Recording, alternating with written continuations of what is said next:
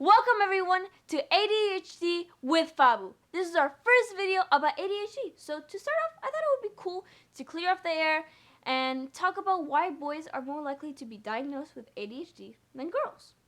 12.9% compared to 5.6%. This is not because girls are less likely to have ADHD, but that ADHD symptoms present differently in girls.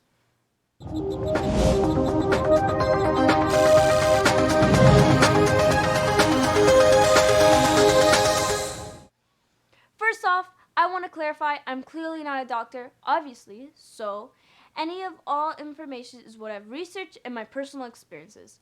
Because yes, I have ADHD and I'm not ashamed. I'm so hyped because like I said, this is my first video of many more to come talking about ADHD. So let's go straight to the action. After a lot of research, I'm going to break it down to 3 main reasons why boys are more likely to be diagnosed than girls. 1. Stereotypes. This is one of the main reasons why girls are most likely to be misdiagnosed or not diagnosed at all. Because girls are not usually as aggressive or confrontational as boys, they are overlooked and may not realize that they have ADHD. One stereotype of girls is that they are very chatty and are daydreamers. But in reality, these are ADHD symptoms. Boys are overlooked as well. Not as much as girls when they are seen as boys just being boys. 3. Hard to notice. Boys are easier to spot for ADHD because they tend to have more energy, running around, and fighting. Girls, on the other hand, are different because most girls are in their head and emotional. So, for example, a girl daydreaming or taking long on a test is not noticeable because they're thought to be silly and stupid. Been there. Luckily, I have accommodations in school for me to take as long as I need on a test. It's not because I'm super dumb. It's because I get easily distracted, like daydreaming or looking at a fly, for example. Dude, I've been there so many times, seriously. Just looking at a fly for like 10 minutes and then going back to my test and forgetting what was the topic. Been there so many times. Another reason why girls aren't diagnosed as much as boys is, for example, if a girl is causing trouble and recommended to see a doctor for them to be diagnosed, they are less likely to diagnose a girl with ADHD, even if they exactly have the same symptoms as a boy. Weird, right? Some examples of the differences between boys and girls with ADHD are: boys tend to cause more trouble in school or work when girls have more trouble in social life or relationships. Boys tend to be more physical, aggressive. On the other hand, girls are more verbally aggressive. 3. Girls are more likely to space out in a conversation when boys interrupt a sentence. Dude, that is so me. Like, seriously, I daydream a lot. Like, right when Fabu's like, hey, Fabu, do that. And I'm like, oh. And then I start daydreaming out of nowhere.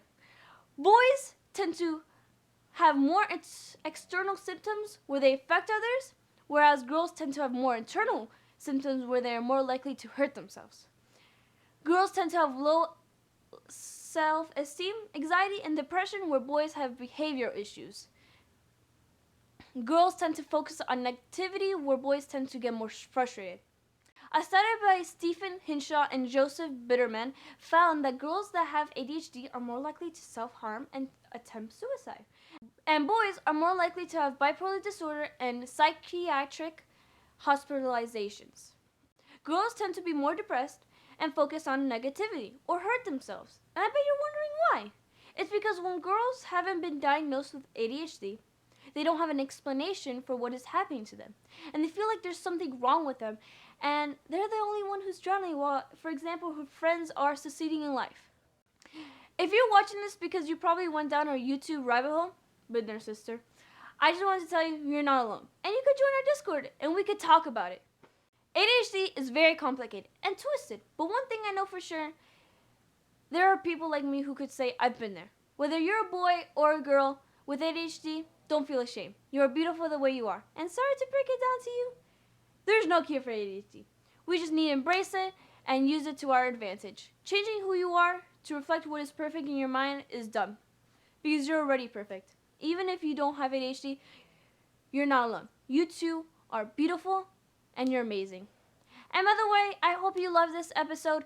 Next episode, we're going to be talking about what is amazing about ADHD? I feel like this episode has like talked about like depression and how girls and boys low esteem, but there's also a lot of pros to ADHD that we might not like pay attention because we want to look at the negative, but I'm here to talk about there's positive with ADHD and bring to our advantages and what's amazing about ADHD. Personally, I love ADHD. I feel like I'm more focused if I really love something. I am more creative. You should see my artwork. There's tons of more amazing things about ADHD. So tune in for next week's video. I invite you to check out our podcast, which is FabuRocksPodcast.com, where I'm your host, and we talk about how I overcome my speech delay, learning disability, and ADHD.